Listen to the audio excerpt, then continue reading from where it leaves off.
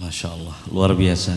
Semoga inspirasi beliau juga bisa inspirasi kita untuk semuanya.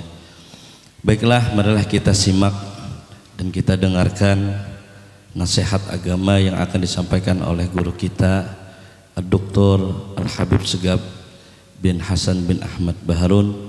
Kepada beliau waktu tempat kami persilahkan. Allahumma sholli ala Muhammad. Assalamualaikum warahmatullahi wabarakatuh. Alhamdulillah rabbil alamin.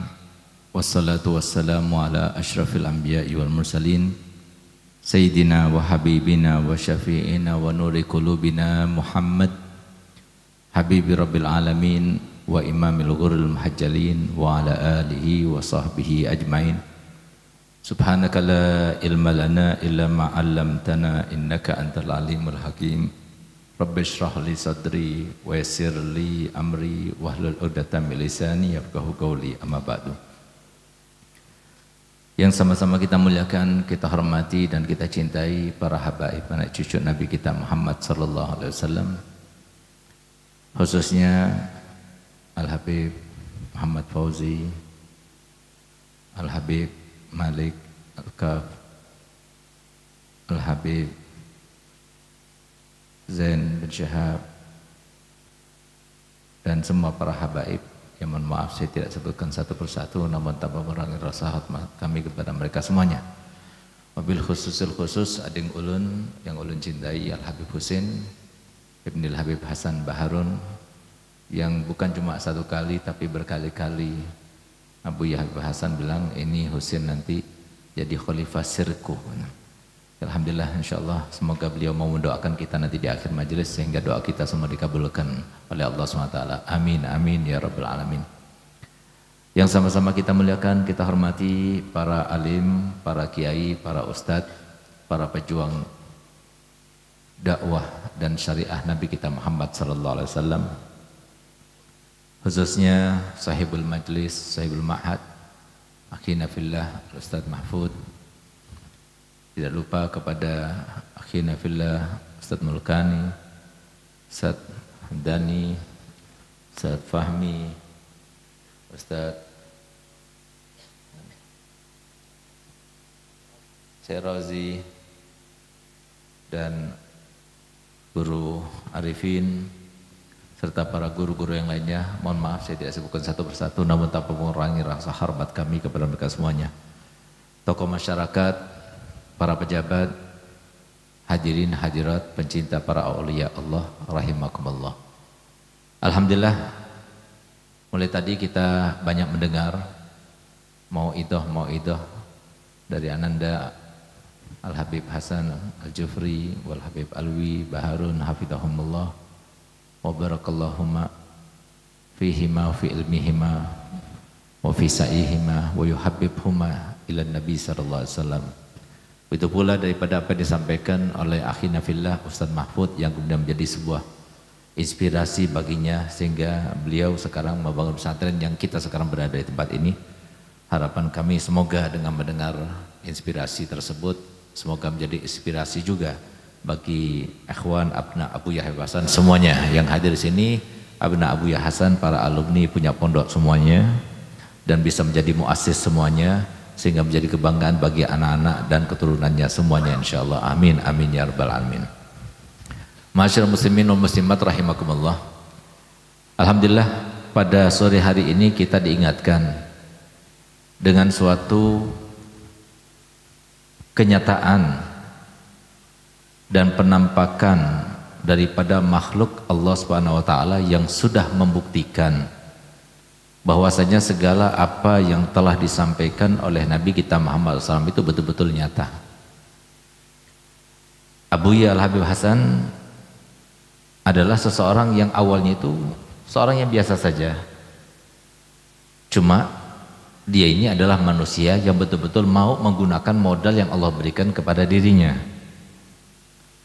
Dan Allah SWT maha adil, semuanya diberikan dengan modal yang sama. Jangan sampai dikatakan bahwasanya oh Habib Hasan itu wali Allah, tapi kalau saya tidak bisa menjadi wali Allah. Habib Hasan itu seorang Habib sehingga beliau bisa membangun pesantren, kalau saya tidak.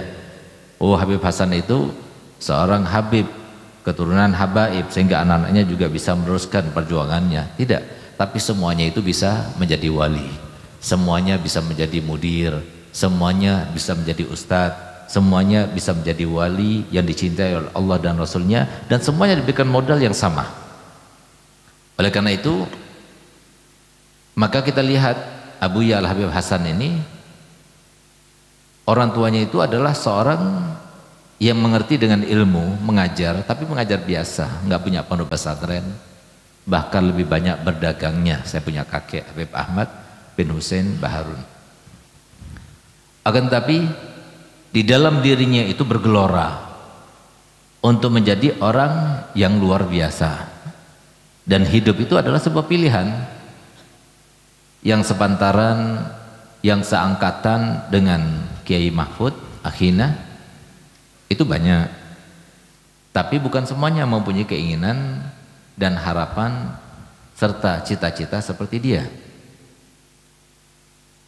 Yang mempunyai modal lebih daripada beliau itu juga banyak, sedangkan Kiai Mahfud tidak punya modal, bahkan datangnya ke sini karena lari dari buruan dan hujatan, karena beliau pernah dituduh sebagai teroris sehingga membawa ajaran yang sesat dan sebagainya, sampai kemudian kami datang sendiri ke tempat ini dan kami memberikan kesaksian juga kepada masyarakat sini bahwasanya beliau ini adalah belajar di Pondok Dalwa sampai selesai, alhamdulillah, dan direstui oleh Abuya dan diperintahkan untuk buka pesantren. Bahkan alhamdulillah sekarang sudah ada pesantrennya. Dan semoga pesantren ini nanti menjadi pesantren yang sangat besar, yang bermanfaat dan berguna, membanggakan Nabi kita Muhammad, dan semua yang belajar di pondok pesantren ini semuanya jadi wali insyaallah, semuanya punya pondok-pondok sendiri insyaallah, dan semuanya dibanggakan oleh anak keturunannya. Amin ya rabbal alamin. Allah Ta'ala maha adil. Allah Ta'ala memberikan kerjaan masing-masing itu dengan ketentuannya dan kehendaknya. Yang Allah ciptakan serta dikehendaki menjadi pejabat nggak bakalan menjadi seorang kiai. Yang Allah ciptakan dan dikehendaki sebagai seorang kiai tidak bakalan dia menjadi seorang pejabat. Yang Allah kehendaki sebagai seorang pengusaha tidak bakalan dia menjadi seorang alim. Tapi jabatan, kekayaan, begitu pula ilmu dan semuanya modal yang Allah berikan itu semuanya bisa digunakan sebagai modal dan jembatan untuk kita meraih ridho Allah dan Rasulnya. Cuma masalahnya di sini adalah banyak di antara kita yang tidak tahu bagaimana cara memulainya. Banyak di antara kita tidak tahu bahkan ternyata di dalam diri kita masing-masing itu ada modal-modal, semuanya Allah berikan secara adil. Kalau seumpama masing-masing di antara kita berbeda modalnya atau tidak sama model yang Allah berikan, berarti Allah Ta'ala tidak adil. Padahal Allah Ta'ala itu Al-Adil, yang maha adil. Semuanya diberikan sama.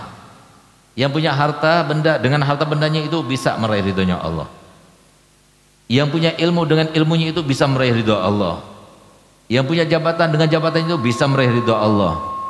Yang punya modal berupa bakti para orang tua, dengan baktinya kepada orang tuanya bisa mendekatkan diri kepada Allah. Semuanya Allah berikan modal yang sama.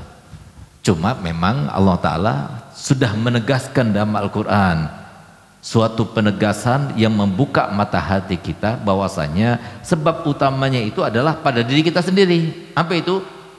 La yastawil ladzina ya'lamuna wal ladzina la ya'lamun. Enggak sama antara orang yang tahu dengan orang yang tidak tahu. Enggak sama antara orang yang alim yang tahu dengan hakikat ilmunya dengan orang yang tidak tahu. Enggak sama antara pejabat yang tahu dengan ilmunya Nabi Muhammad dengan pejabat yang tidak ngerti. Enggak sama antara mereka para orang kaya yang ngerti dengan ilmu dengan orang kaya yang tidak mengerti. Jadi perbedaannya itu hanya di dalam ilmu. Oleh karenanya Nabi SAW bersabda dalam hadisnya, innal anbiya lam yuwarrithu dinaran wala dirhaman innama warrasul ilma. Sesungguhnya para nabi tidak pernah meninggalkan harta waris berupa harta benda, tidak, karena semua yang ditinggalkan oleh nabi itu menjadi wakaf untuk kaum muslimin. Tapi yang ditinggalkan untuk mereka innama warrasul ilma, yang mereka wariskan itu adalah ilmu. Faman akhadhahu faqad akhadha bihaddin wafir. Maka barang siapa yang mengambil ilmu yang diwariskan oleh Nabi SAW sebagai landasan hidupnya, sebagai pegangan hidupnya, sebagai acuan hidupnya, maka berarti dia itu adalah orang yang paling besar mendapatkan anugerah daripada Allah Subhanahu wa taala. Nah, disinilah sebab utamanya. Kenapa sekarang ini banyak pejabat yang sampai korupsi?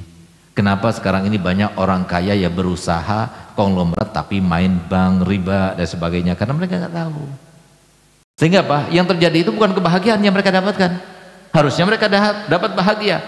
Harusnya dari kekayaan mereka itu dapat semua. Tapi karena tidak ada keberkahan di situ, maka jadilah kekayaan itu menjadi beban baginya. Akhirnya banyak orang kaya yang masuk rumah sakit nanti di akhir umurnya atau pertengahan umurnya. Karena apa? Karena kebanyakan uangnya, dan uangnya harus habis. Masuk ke rumah sakit, kenalah kanker, kena jantung dan sebagainya. Nah, ini yang terjadi.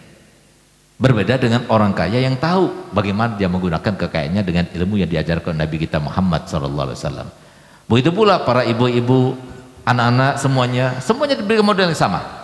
Karena apa? Konsep yang Allah ciptakan, Allah menciptakan manusia dengannya dan memberikan ketentuan masing-masing. Semuanya itu dengan konsep yang sama, tidak ada beda, tidak ada yang berubah, tidak ada yang tidak sama, semuanya sama. Apa itu?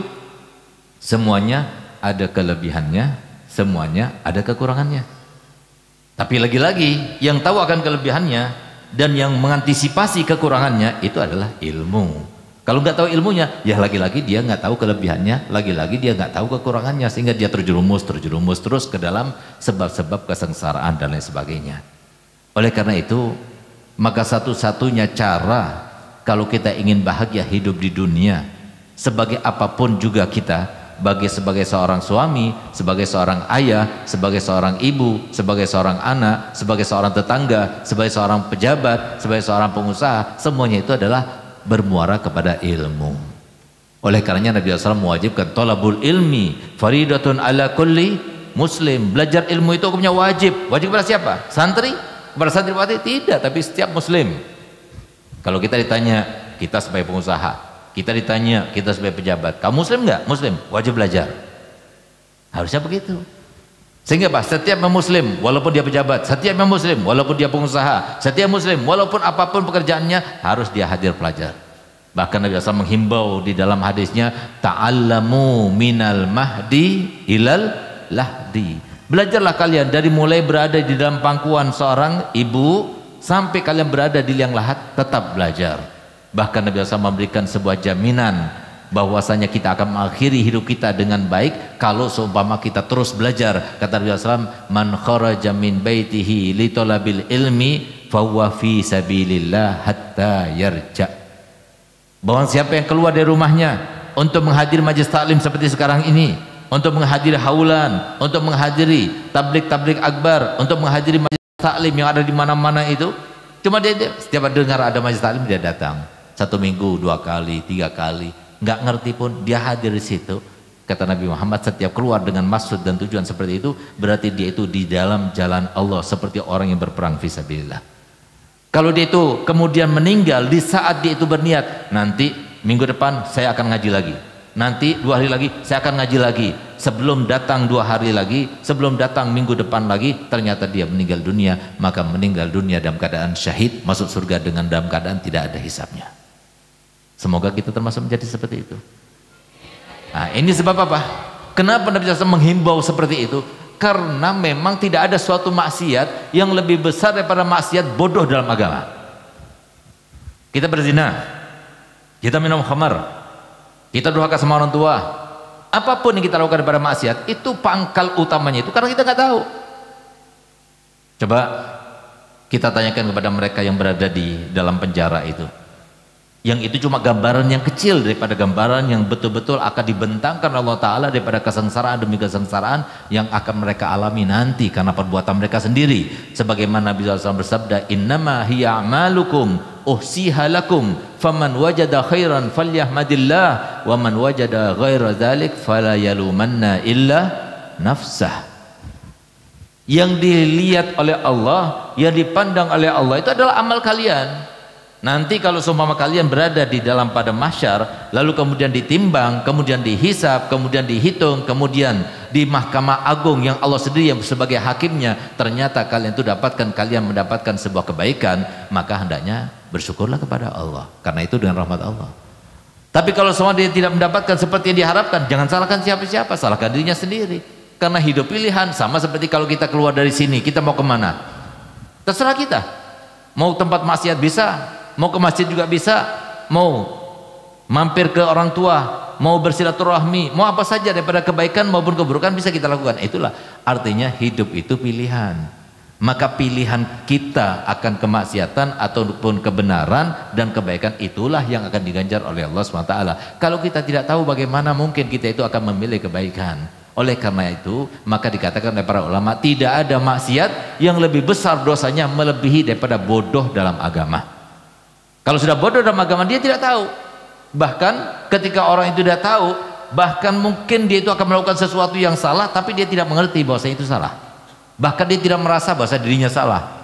Oleh karenanya Allah Ta'ala menegaskan suatu ayat yang kelihatannya itu datar maknanya, datar artinya, tapi sesungguhnya itulah yang menjadi pembeda antara orang yang bahagia dengan yang tidak bahagia, orang yang sukses dengan orang yang tidak sukses. Apa itu? La yastawil ladzina ya'lamuna wal ladzina la ya'lamun. Enggak sama antara orang yang tahu sama orang yang enggak tahu. Alhamdulillah, ulun setiap hari kalau ketemu sama ibu ulun Al-Mukarramah Ubabah Khadijah binti Habib Muhammad Indwan, semoga sidin panjang umur, sehat walafiat. Setiap kali kami ketemu, maka saya salaman dengan mencium tangannya, lalu mencium jidatnya, kemudian mencium kakinya. Setiap hari saya lakukan begitu. Kenapa? Karena saya tahu. Dan kami berlima, saya, Bib Husin, Bib Zain, Bib Ali, dan saudari perempuan kami Ustazah Ruqayyah, itu sudah bersumpah untuk tidak mengatakan tidak kepada ibu, apapun diminta.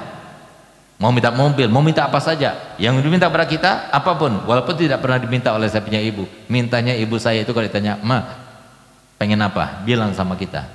Apa yang senang sama mama, bilang, saya akan kabulkan. Alhamdulillah kita itu berebutan. Kalau untuk elektronik saya yang belikan, handphone yang terbaru keluar Samsung saya belikan, iPhone saya belikan untuk saya punya ibu.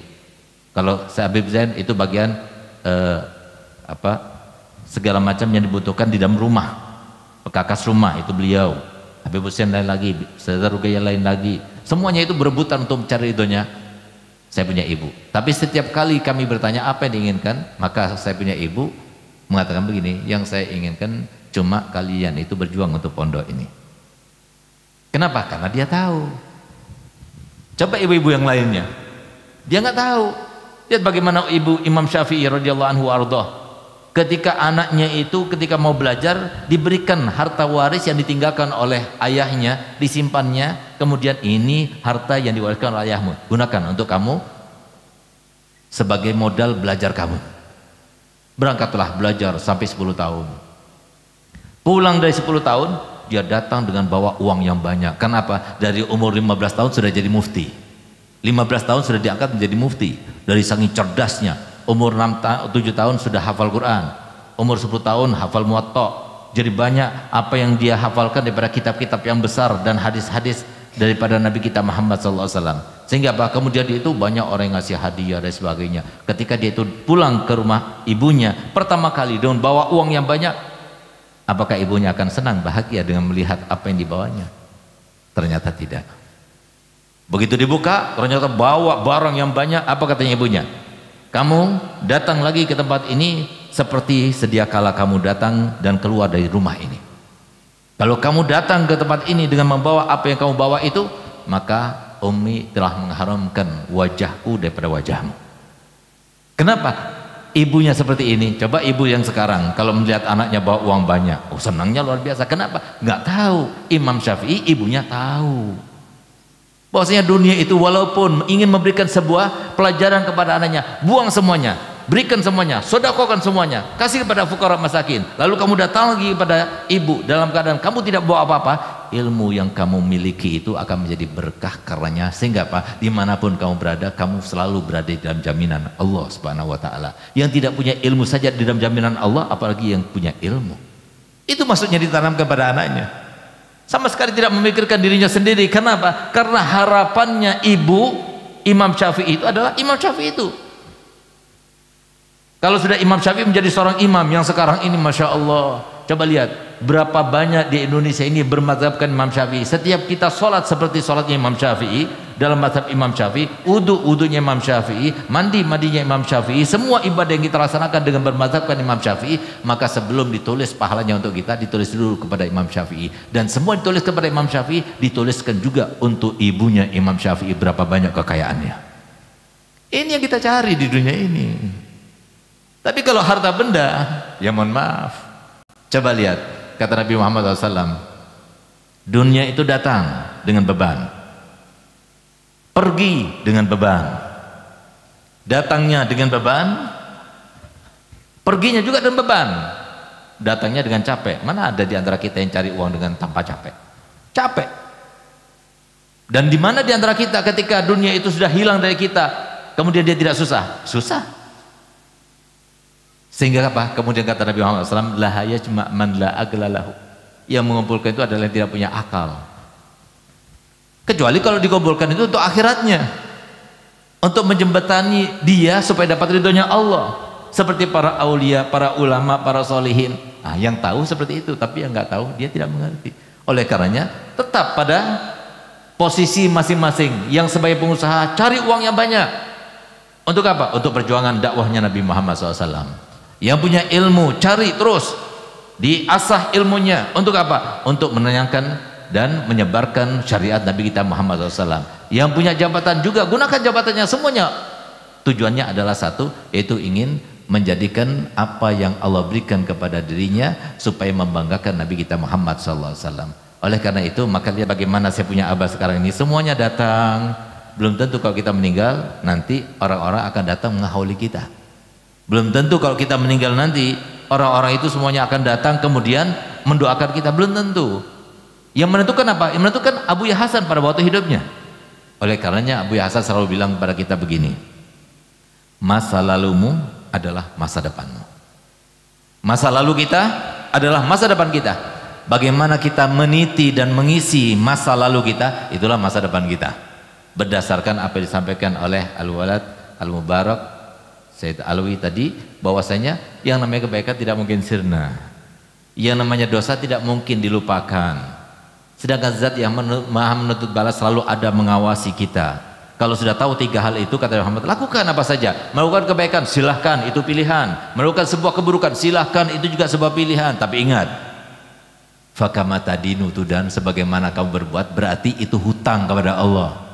Itulah artinya masa lalu kita itu adalah masa depan kita. Karena apa? Akan dibayar oleh Allah Ta'ala. Sebagaimana Allah mewajibkan kepada hambanya untuk melunasi dan wajib melunasi hutang-hutangnya, Allah pun juga akan melunaskan hutang-hutangnya. Kalau kita berhutang, menghutangi Allah Ta'ala dengan kebaikan demi kebaikan, tahajud, baca Quran, berbakti pada orang tua, bersedekah dan sebagainya, Allah hutang kepada kita dengan kebahagiaan, kemudahan dan keamanan, kesejahteraan. Tapi kalau seumpama kita itu menghutangi Allah Ta'ala dengan kemaksiatan, berzina, selalu melukai perasaan orang lain, selalu membuli orang lain dan sebagainya, merendahkan orang lain, sombong dan sebagainya, ya jangan salahkan kalau kemudian Allah akan membayarnya tunai dan pasti lunas nanti. Sebelum dia meninggal, dia akan dapatkan itu semuanya sebelum dia nanti dibalas dengan pembalasan sesungguhnya kelak nanti di akhirat, berupa kesengsaraan, problematika kehidupan, dapat istri yang tidak baik, dapat anak-anak yang tidak baik, dapat uang dengan susah payah dan sebagainya. Semuanya itu karena apa? Karena masa lalu kita. Oleh karenanya sebaik-baik hamba Allah siapa? Yang pertama, yang paling banyak bertobat kepada Allah. Caranya bertobat bagaimana? Bertobat karena setiap hari kita bermaksiat, yang kita ketahui atau tidak kita ketahui. Oleh karenanya setiap hari kita wajib tajdidut taubah. Oleh karenanya Nabi kita Muhammad SAW beristighfar itu satu hari itu 100 kali. Kenapa Nabi SAW beristighfar? Memberitahukan kepada kita bahwasanya Nabi sekelas Nabi pun, selevel Nabi pun beristighfar 100 kali, apalagi seperti kita. Nabi yang sudah diampuni dosanya yang telah lalu dan yang akan datang masih beristighfar dan bertajdid taubatnya, bagaimana dengan kita? Nah, oleh karenanya harus kita mempunyai waktu tertentu kita itu mengevaluasi dan mengintrospeksi diri kita. malam-malam kita berduaan dengan Allah Ta'ala, tahajud kepada Allah Ta'ala, kemudian kita menangisi dosa-dosa yang telah kita lakukan dan beristighfar pada Allah Ta'ala, meminta kepada Allah Ta'ala. Itu yang pertama, itu orang yang beruntung. Yang kedua, orang yang beruntung adalah orang yang tidak punya beban dengan Allah maupun dengan manusia. Sehingga dikatakan oleh saya punya abah berkali-kali kepada saya, kamu tahu siapa orang sukses? Maka saya jawab, tergantung Bi. Suksesnya dalam hal apa? Sukses dalam politik, dia menjadi presiden. Sukses dalam harta benda, dia menjadi orang yang paling kaya. Sukses dalam kecantikan, dia adalah orang yang paling cantik dan sebagainya. Apa kata saya punya abah? Bukan itu orang sukses.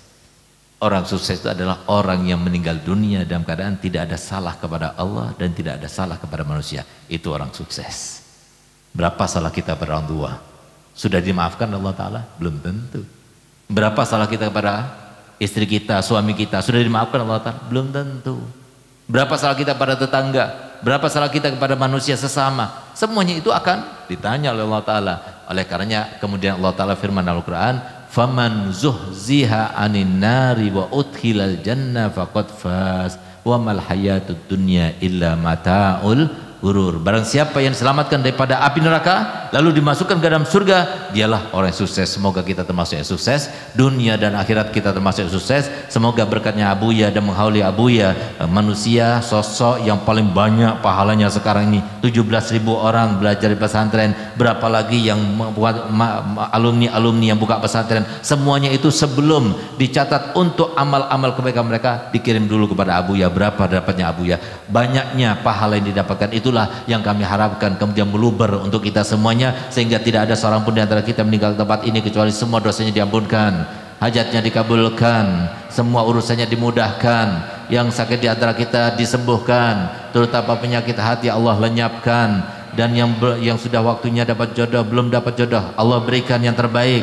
yang belum dapatkan keturunan semoga Allah tentukan keturunan yang soleh dan soleha, yang belum mendapatkan karunia yang terbesar di dunia yaitu bermimpi Nabi Muhammad SAW, semoga Allah takdirkan untuk kita semuanya, dan semoga kita semua termasuk dicatat oleh Allah Ta'ala sebagai hambanya yang soleh, yang paling besar mendapatkan anugerah darinya, yaitu hambanya yang panjang usianya, sehat badannya, besar anugerahnya, besar modalnya untuk mendekatkan diri kepadanya, banyak harta bendanya, melimpah tapi tidak ada hisab di akhirat, lalu meninggal dunia dalam keadaan husnul khotimah, dalam keadaan husnul khotimah, dalam keadaan husnul khotimah. Rabbana atina fid dunya hasanah wa fil akhirati hasanah wa qina azabannar. Wa sallallahu ala sayyidina Muhammadin wa ala alihi wasallam walhamdulillahi rabbil alamin. Ya, kemudian kami akan ijazahkan ya doa daf'ul bala. Jadi doa daf'ul bala inilah yang menjadikan Abuya itu sebagai pertanda bahwasanya dia seorang wali min auliyaillah. Kenapa? Karena beliau mendapatkan langsung daripada Nabi kita Muhammad SAW. Jadi ceritanya doa yang di atas ini itu doa yang ditulis sendiri, salawat yang ditulis sendiri oleh Abuya Hasan. Setelah beliau tulis, 1 tahun kemudian beliau tidak pernah memerintahkan murid-muridnya untuk membacanya. Kenapa? Belum dapat ijazah langsung daripada Nabi Muhammad SAW. Kalau sudah diijazahkan Nabi Muhammad untuk dibacakan, baru beliau baca. Nah, oleh karena itu maka dia baca sendiri. Terus sampai ketika beliau itu melaksanakan umroh tepatnya pada tahun 1986, maka beliau baca salawat ini berkali-kali dengan membaca di dalam kertas itu di Raudhah Asy-Syarifah. Ketika beliau sudah membaca, tiba-tiba saya punya abah nangis sejadi-jadinya lalu pingsan. Kemudian bangun lagi lalu pingsan. Lalu kemudian dia itu pergi dari sana, lalu pergi ke masjid Sab'ah ya. Setiap masuk ke masjid pingsan lagi. Terus begitu. Ternyata apa? Ketika ditanyakan waktu beliau itu membaca salawat itu, maka Nabi SAW itu datang kepadanya dan membacanya. Lalu dia berkatakan ini adalah salawat yang bagus. Kemudian dikasih nama salawat lidaf'il bala. Oleh karenanya pada tahun 2008 ketika terjadi banjir yang begitu dahsyat di ibu kota, maka salah satu daripada ulama di ibu kota itu bermimpi Nabi SAW dan memerintahkan kepadanya supaya disebarkan dan supaya mereka membaca doa salawat Habib Hasan Baharun. Nah, ini maksudnya salawatnya. Nah, saya akan bacakan, antum ikuti, lalu saya akan ijazahkan kepada antum semuanya. Bismillahirrahmanirrahim. Allahumma salli ala sayyidina wa maulana Muhammadin khairil bariyah salatan tusallimuna biha wa tusallimu ahlana wa auladana wa akriba'ana wa ahbabana wa muallimina wa muta'allimina wa asdiqa'ana wa jiranana wa tusallimu buyutana wa masajidana wa ma'ahidana wa madarisana wa mazari'ana wa makatibana wa jami'a mahallatina wa amwalina min syarri zalzalatil ardi wa harakatiha wa min syarril amtari war riyahi was sawaiki wa ghairiha wa min syarri sayyarati wat ta'irati wal bawakhiri wa jami'il markubati wa anwa'iha wa min syarril waba'i wal afati wal ahati wa ashbahiha wa min syarril jinni wal insi wal wuhushi wat taghuti wasyayatini wa makaidiha wa minat taraddi wal hadmi wal haraki wal gharaqi wa jami'il masaibi wa mukhtalafatiha wa min kulli bala'in fid dini wad dunya wal akhirah bijahil mustafa wa ala alihi wa sahbihi wa sallim taslima. Jadi ini biasanya dibaca habis sholat subuh sekali, habis sholat maghrib sekali. Nah, jadi kalau benar bacanya seperti yang saya baca ini, maka pian-pian seberataan di sini saya ijazahkan untuk membacanya, dan saya ijazahkan untuk berikan ijazah pada yang lainnya dengan syarat jangan dikomersilkan, karena ini salawatnya Nabi SAW. Ayo sama-sama kita jawab, saya terima ijazahnya Habib. Kurang lebihnya saya mohon maaf. Wabillahi taufiq wal hidayah. Wassalamualaikum warahmatullahi wabarakatuh.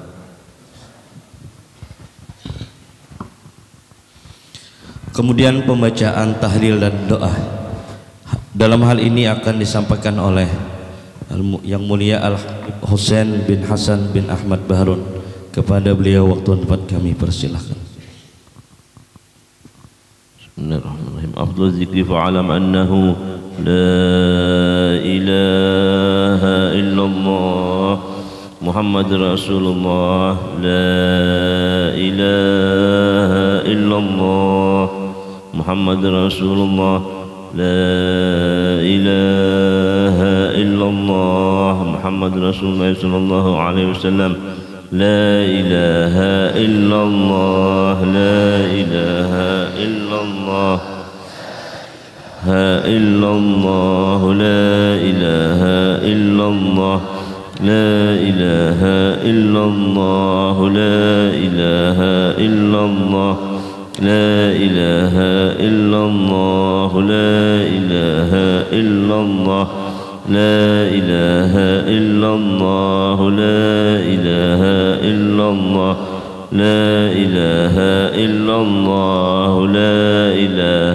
إلا الله لا إله إلا الله لا إله إلا الله لا إله إلا الله لا إله إلا الله لا إله إلا الله لا إله إلا الله لا إله إلا الله لا إله إلا الله لا إله إلا الله لا إله إلا الله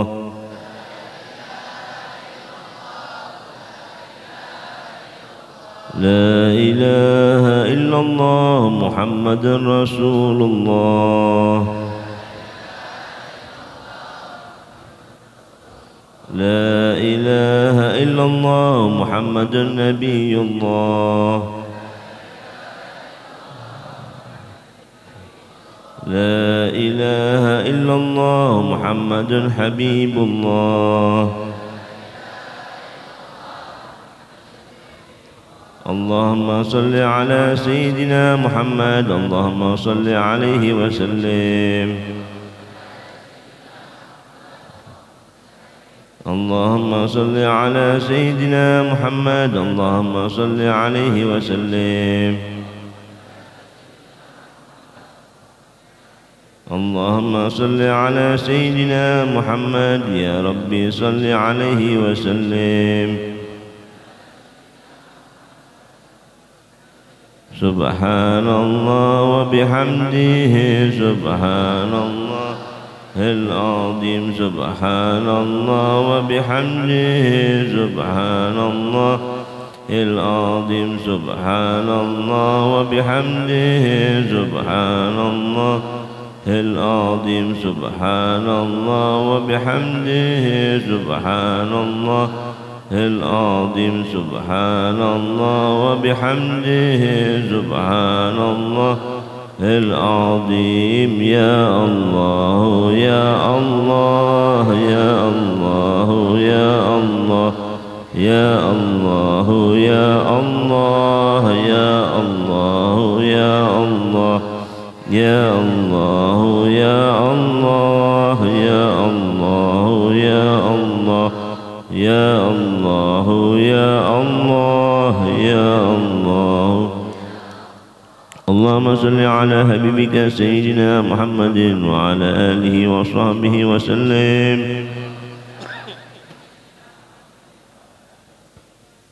اللهم صل على حبيبك سيدنا محمد وعلى آله وصحبه وسلم اللهم صل على حبيبك سيدنا محمد وعلى آله وأصحابه وأزواجه وذريته وعلى بيته وبارك وسلم أجمعين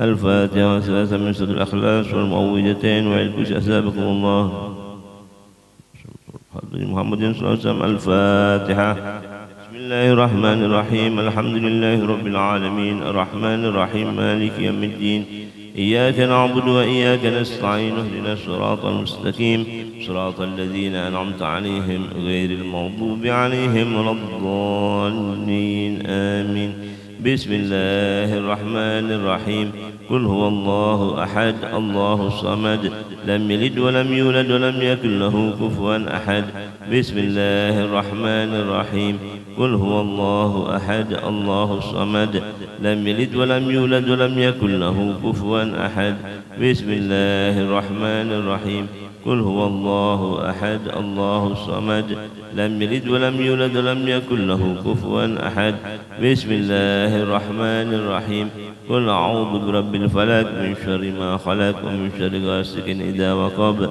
ومن شر النفاثات في العقد ومن شر حاسد إذا حسد بسم الله الرحمن الرحيم قل أعوذ برب الناس ملك الناس إله الناس من شر الوسواس الخناس الذي يوسوس في صدور الناس من الجنة والناس بسم الله الرحمن الرحيم الله لا إله إلا هو الحي القيوم لا تأخذه سنة ولا نوم له ما في السماوات وما في الأرض من ذا الذي يشفع عنده إلا بإذنه يعلم ما بين أيديهم وما خلفهم ولا يحيطون بشيء من علمه إلا بما شاء وسع كرسي السماوات والأرض ولا يؤوده حفظهما وهو العلي العظيم.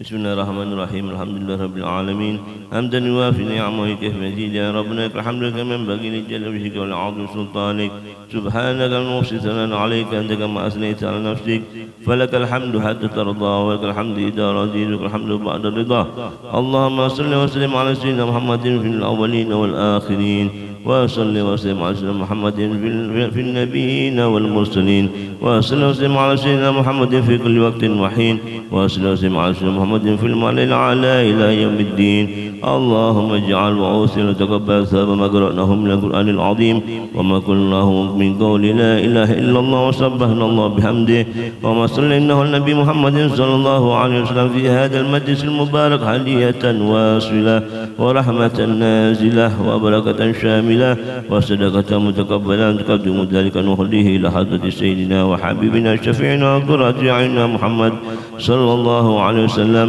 ثم إلى أرواح آبائه وإخوانه من الأنبياء المرسلين وصلاة الله وسلامه عليه وعليهم أجمعين ثم إلى روح آل كل الصحابة القرباء التابعين والتابعين التابعين لهم بإحسان إلى يوم الدين ثم إلى أرواح الأربعة الأئمة المجتهدين والمقلدين في الدين والعلماء العاملين والفقهاء والمحدثين والقراء المفسرين والسادات الصوفية المحققين وأولياء الكون أجمعين ثم إلى روح من اجتمعنا هنا بسببه وأترنا ذلك الأجل الداعي إلى الله الحبيب حسن بن أحمد باهرون اللهم اجعل فداء له من النار وفكاكا له من النار ونجاة له من النار اللهم اغفر له وارحمه وعافيه وعاف عنه ثم يا الله والدينا وليكم وأمواتنا وأمواتكم وعامة المسلمين عامة وخصوصا من لا زائر له ولا ذاكر لهم وأم الجميع بالرحمة والرضوان واسكننا وإياهم فسيح الجنان يا حنان يا منان يا من إذا سئل أعطى وإذا استعين عن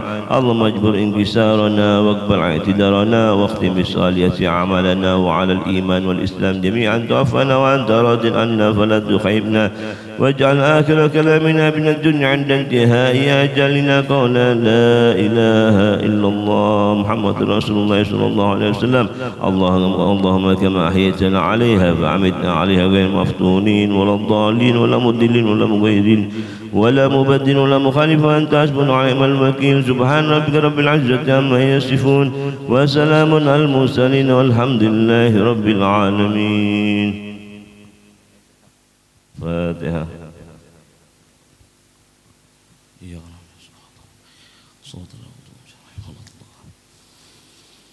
Baiklah, sebelum kita menutup majelis ini, kita pitakan kembali untuk keberkahan majelis kita kepada Al-Habib Fauzi Hashim dan kepada Habib Ahmad Al-Kaf untuk membacakan doa.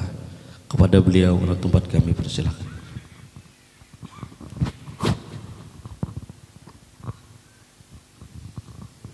Amin amin. Bismillahirrahmanirrahim. Alhamdulillahi rabbil alamin wassalatu wassalamu ala asyrafil anbiya wal mursalin sayyidina wa maulana Muhammadin wa ala alihi washabbihi wa barik wa sallim ajma'in. Allahumma inna nas'aluka ya Allah ziyaratan fid din wa barakatan fil umur wa sihhatan fil jismi wa sa'atan fil rizqi wa tawbatan qabla al maut wa syahadatan 'inda al maut wa maghfiratan ba'da al maut wal afwan indal hisab wa amanan min azab wa nasiban min jannah wa razaqna an-nazara ila wajhikal karim bi rahmatika ya arhamar rahimin wa sallallahu ala sayyidina Muhammadin wa ala alihi wa sahbihi wasallam walhamdulillahi rabbil alamin. Ya Rabbi bil Mustafa balligh maqasidana واغفر لنا ما مضى يا واسع الكرم يا ربي بالمصطفى بلغ مقاصدنا واغفر لنا ما مضى يا واسع الكرم يا ربي بالمصطفى بلغ مقاصدنا واغفر لنا ما مضى يا واسع الكرم يا أرحم الراحمين يا أرحم الراحمين يا أرحم الراحمين فرج على المسلمين يا ربنا يا كريم يا ربنا يا رحيم أنت الجواد الحليم وأنت نعم المعين وما لنا ربنا سواك يا حسبنا يا ذا العلا والغنى ويا قوي يا متين رب اهدنا شاكرين توفنا مسلمين نبعث من الآمنين في زمرة